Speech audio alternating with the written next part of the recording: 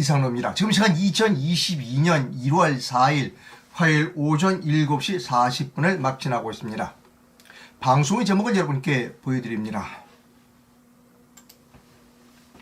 삼류 감독과 함양 미달 배우가 만든 영화는 안 봐도 뻔하다 하는 것이 오늘 아침 방송의 제목입니다. 자, 오늘 아침에 배달된 매일경제신문에 이런 기사가 있습니다. 윤석열 위에 김종인이 있다. 근데 김종인이 이렇게 말했다. 윤석열이 연기만 잘하면 대선에 승리할 수 있다. 기사의 주요 부분을 여러분께 읽어드립니다.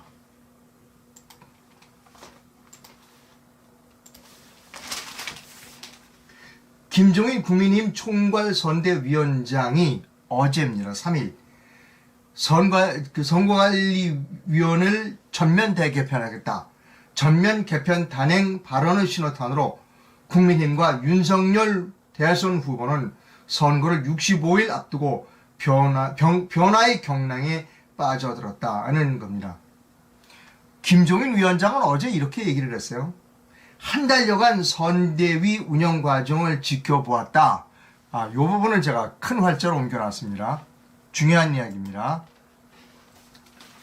한 달여간 선대위 운영 과정을 지켜보면서 이런 형태로는 승리를 장담할 수 없다. 그래서 윤 후보에게 이렇게 얘기했다. 내가 당신이 비서실장 노릇을 선거 때까지 하겠다. 그리고 이렇게 얘기했다. 후보도 당신 윤석열 후보 당신도 태도를 바꿔서 우리가 해준 대로 연기만 좀 해달라고 부탁했다. 라고 말했어요. 윤석열 당신은 배우야. 그러니까 우리가 해준 대로 연기만 잘하면 돼. 라고 얘기했다는 겁니다.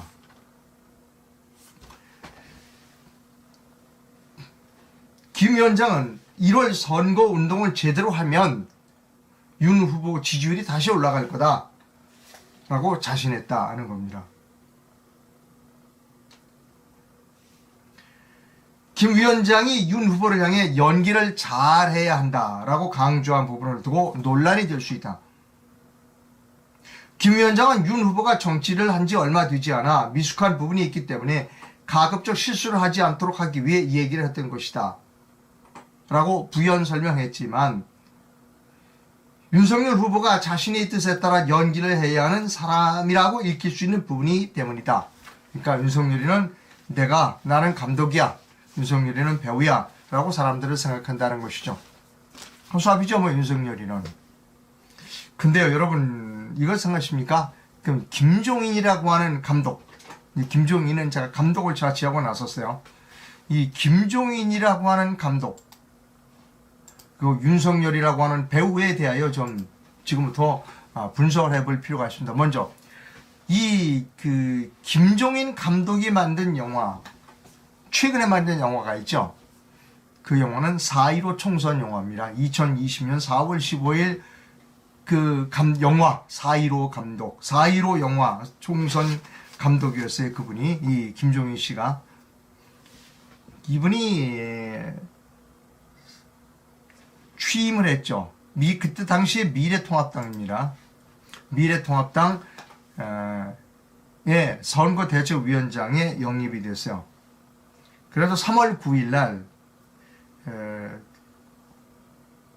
기자회견을 했습니다. 그 기자회견 내용은 국민의힘 공식 채널 옳은소리에서 가지고 왔습니다.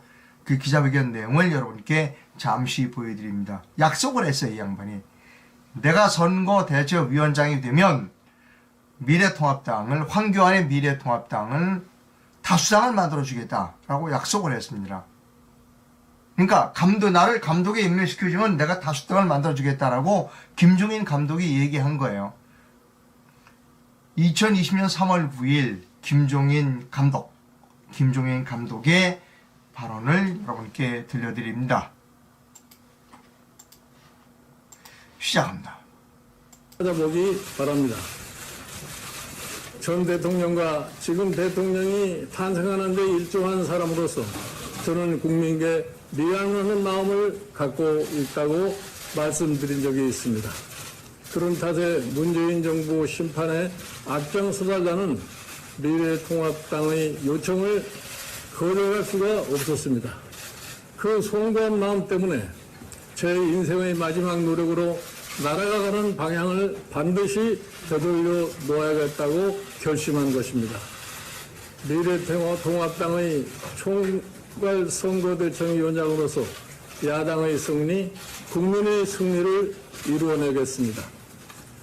국회의석 과반 정당을 만들어서 6월 개원국회 개시 1개월 내에 코로나 비상경제 대책을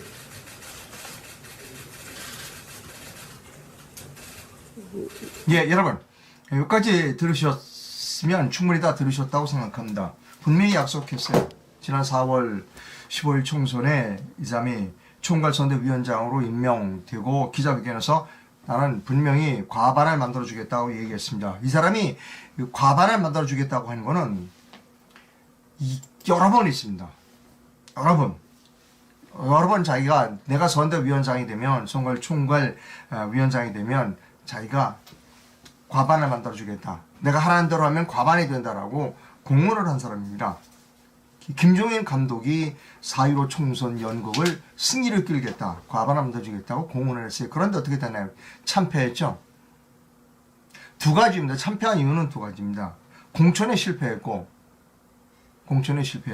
두 번째로는 선거 관리에 실패했습니다. 애국 국민들이 원하는 방법으로 공천을 하지 않았죠.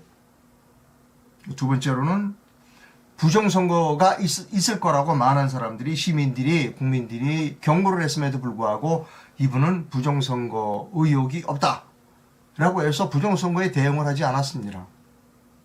그래서 그 영화 4.15 영화는 실패했습니다. 미래통합당의 4.15 영화는 참패로 끝났습니다. 근데 제가 의아하는 것은 근데 왜 그렇게 참패한 감독을 또 불러다가 쓰느냐는 겁니다. 국민의힘은 실패했잖아요. 실패한 감독 아니에요. 그런데 왜 실패한 감독을 또 불러다 쓰죠? 그리고 이번에는 윤석열에게 얘기하는 겁니다. 내가 감독인데 내가 하라는 대로만 해. 내가 연기 지도할 테니까 그대로만 해. 그러면 당신 성공할 거야. 또 이런 얘기를 하고 있는 겁니다.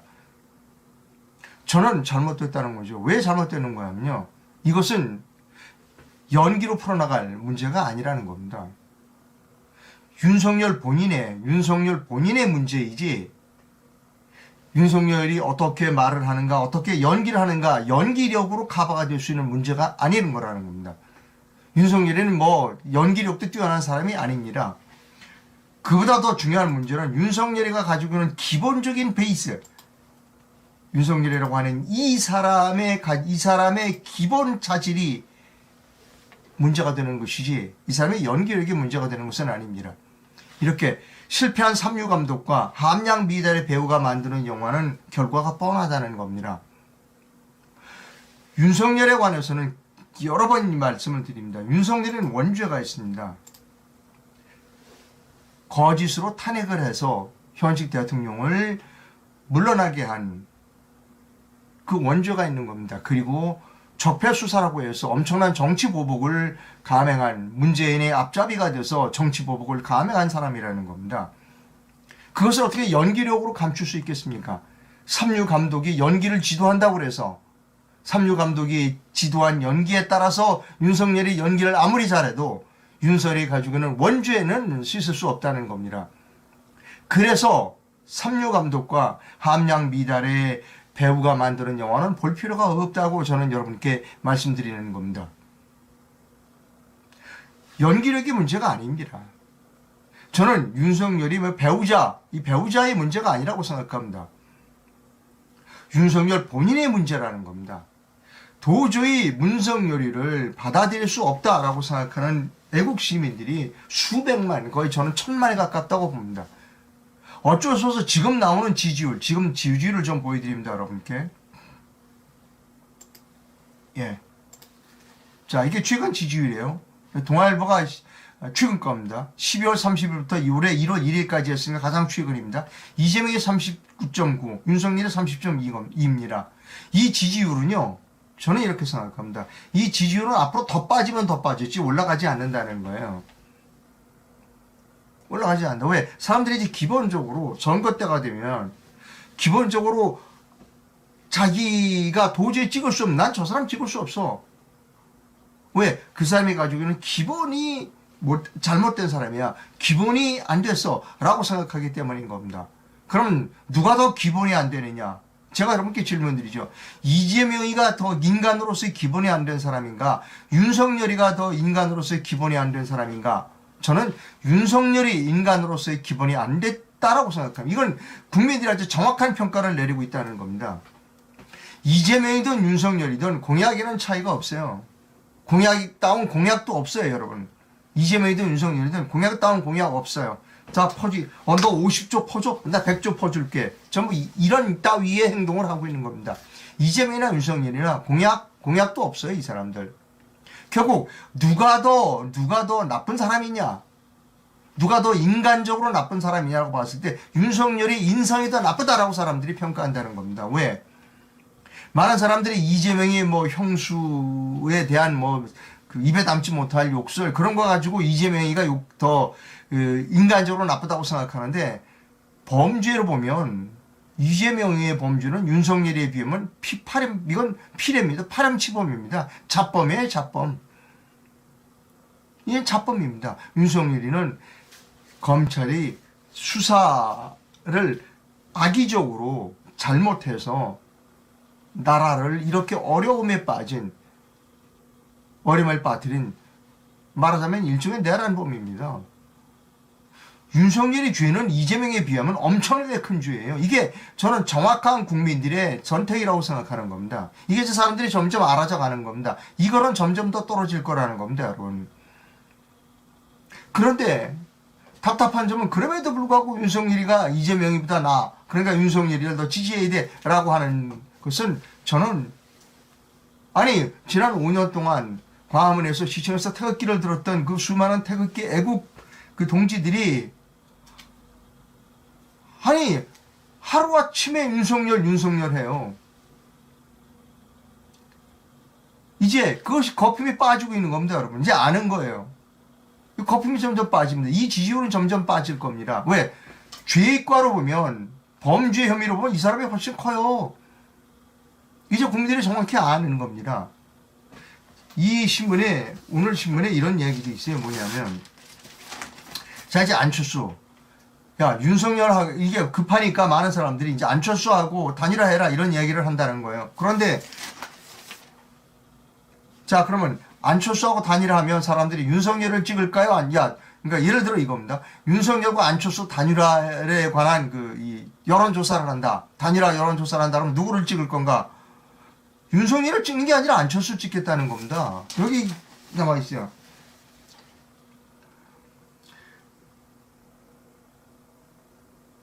안철수 국민의당 대선 후보와의 단일화에도 윤석열이 뒤진다.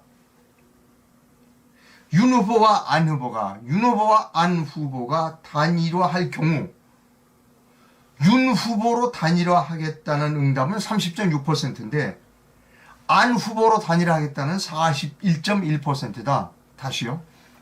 이 두 사람 윤석열과 안철수가 단일화를 한다면 윤석열 단일화에 지지하겠다는 30.6%인데 반해서 안철수로 단일화하겠다는 41.1%예요.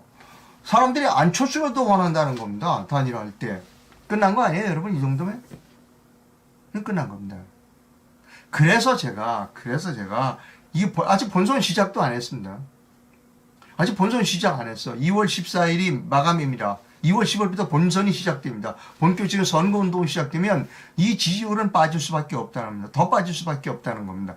그래서 제가 추진하고 있는 게 바로 이겁니다. 3번 후보를 만들자는 겁니다. 1번은 2번을 공격할 거고 2번은 점점 더 추락할 거다.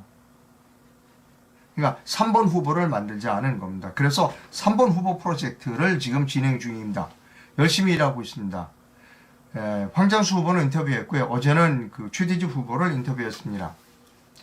제가 지금 하고 있는 인터뷰뿐만이 아니라 다른 일들도 좀 많이 하고 있어서 3번 후보를 만들기 위해서 부지런히 돌아다니고 있습니다. 저는 요즘 아침에 한 번, 그리고 저녁에 한 번 방송을 합니다. 낮에는 3번 후보 말을 만들기 위해서 열심히 돌아다니고 있습니다. 어제 최지주 후보를 인터뷰했습니다. 인터뷰 내용을 보신 분들은 많은 생각들을 하셨을 거라고 생각합니다. 맞아. 역시 최지주 후보가 훌륭해. 아니야, 최재적 후보는 내가 생각했던 거랑 달라. 이런 생각들을 하셨을 거라고 생각합니다. 역시 환장수 후보도 마찬가지고요. 조지 후보는 아직 인터뷰에 제가 인터뷰 요청을 했습니다만 응하고 있지는 않다는 건 여러분께 말씀드립니다. 뭐 본인이 3자 그 제3 후보 만들기 프로젝트에 동참하지 않겠다면 그건 어쩔 수 없는 것이죠. 그러나 저는 아직 시간이 있으니까 조은진 후보도 생각을 좀 달리해야 될 필요가 있다고 생각합니다. 이제 양자 간의 토론, 또 3자 간의 토론도 필요하다고 생각합니다. 여러분, 저는 독립 언론인입니다. 독립 언론인으로서 제3 후보 만들기 프로젝트를 하고 있습니다. 토론만, 후보들의 멘토비와 토론만 하는 것이 아니라 아까도 말씀드렸습니다만 다른 여러 가지 일들도 하고 있다는 것을 제가 말씀드립니다. 하루가 매우 시간이 짧게 움직이고 있습니다. 여러 사람을 만나고 있고 여러 가지 일을 하고 있습니다. 나중에 제가 다 기회가 되면 말씀드리도록 하겠습니다. 우리나라 정치사회 발전을 위해서 제가 언제 기회가 되면 다 그런 부분들을 말씀드릴 필요가 있다. 정리해서 말씀드리겠습니다. 그것이 뭐 대선 끝나면 그런 기회를 한번 갖도록 그렇게 하겠습니다. 이런 제 노력은 2월 1일이 구정입니다. 설입니다. 그 설을 기점으로 뭐 윤석열과 이재명에도 커다란 변화가 있을 겁니다. 그리고 제3 후보 만들기 프로젝트에도 설을 기점으로 바로 직후에는 어떤 가시적인 효과가 있을 것으로 저는 기대하고 그렇게 노력하고 있습니다. 여러분, 이 영상을 널리 좀 공유를 좀 부탁드립니다. 저희 카메라 출동 독자분은 지금 14,600분 정도 됩니다. 14,000명이면 충분히 대한민국을 바꿀 수 있습니다. 그리고 2달 남았습니다. 충분히 할 수 있습니다. 이 영상을 널리 공유를 해주시고요. 그리고 제가 올바른 일을 하고 있다고 생각하시면 최종적 후원도 부탁드립니다. 감사합니다. 그 댓글을 읽어드릴 필요가 있습니다. 오늘 꼭 읽어드려야 되는데요. 저한테 이제 이렇게 저를 좀 겁을 주신다고 그럴까요? 야단을 치는 분이 계시는데요. 제3 후보가 10%를 넘지 않으면 알아서 해라, 이렇게.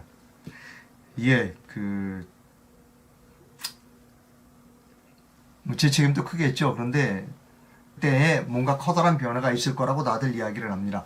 이재명의 측도 그렇고 윤석열 측도 그렇고. 저는 제3 후보 쪽도 큰 변화가 있을 것이다 라고 여러분께 말씀드립니다. 설 때까지 2월 14일이 후보 등록 마감입니다. 그때까지 제3 후보가 힘을 합쳐서 한 사람으로 단일화돼서 5% 지지율 5%를 넘어야 됩니다. 그래야 본선 무대에 가서 이재명, 윤석열, 제3 후보가 토론을 할 수가 있습니다. 그러니까 본선 무대에 5% 이상 지지율을 받아서 본선 무대에만 올려놓으면 저는 승리할 수 있다고 봅니다. 일단 본선 무대에만 제3 후보가 올라가면 이 게임은 끝난다. 이 게임은 끝난다. 저는 그렇게 생각합니다. 왜냐, 1번과 2번은 워낙 허접한 후보들이기 때문에, 워낙 범죄자들이기 때문에, 그래서 5% 지지율을 올리는 것이 매우 중요하다라는 겁니다. 그래서 목표는 본선에 우리 제3 후보가 5% 이상의 지지율을 얻어서 본선 토론 무대에 올라가는 것, 그것이 1차 목표입니다. 열심히 노력하겠습니다. 10% 못 넘으면 알아서 해라, 이렇게 겁을 주시는 분도 있습니다. 알았죠. 열심히 하겠습니다. 열심히 하겠습니다. 네. 이 영상을 널리 많은 분들에게 공유를 부탁드립니다. 오늘 방송은 저녁에 다시 해드리겠습니다. 오늘도 많은 일정이 저에게는 있습니다. 많은 분들을 만나고 다니고 있습니다. 나중에 다 말씀드릴게요. 제가 왜 이렇게 바쁜지, 그리고 이런 일을 하는 게 얼마나 힘들었는지, 우리나라 민주주의 발전을 위해서 나중에 이러이러한 문제들은 좀 교훈으로 삼았으면 좋겠다라고 하는 내용들을 많이 지금 몸으로 체득하고 있습니다. 그게 기자예요. 지금은 말씀 못 드리지만 언젠가는 제가 대선이 끝나면 말씀드리도록 그렇게 하겠습니다. 여러분 하루 잘 보내시고요. 밤에 다시 뵙겠습니다. 감사합니다.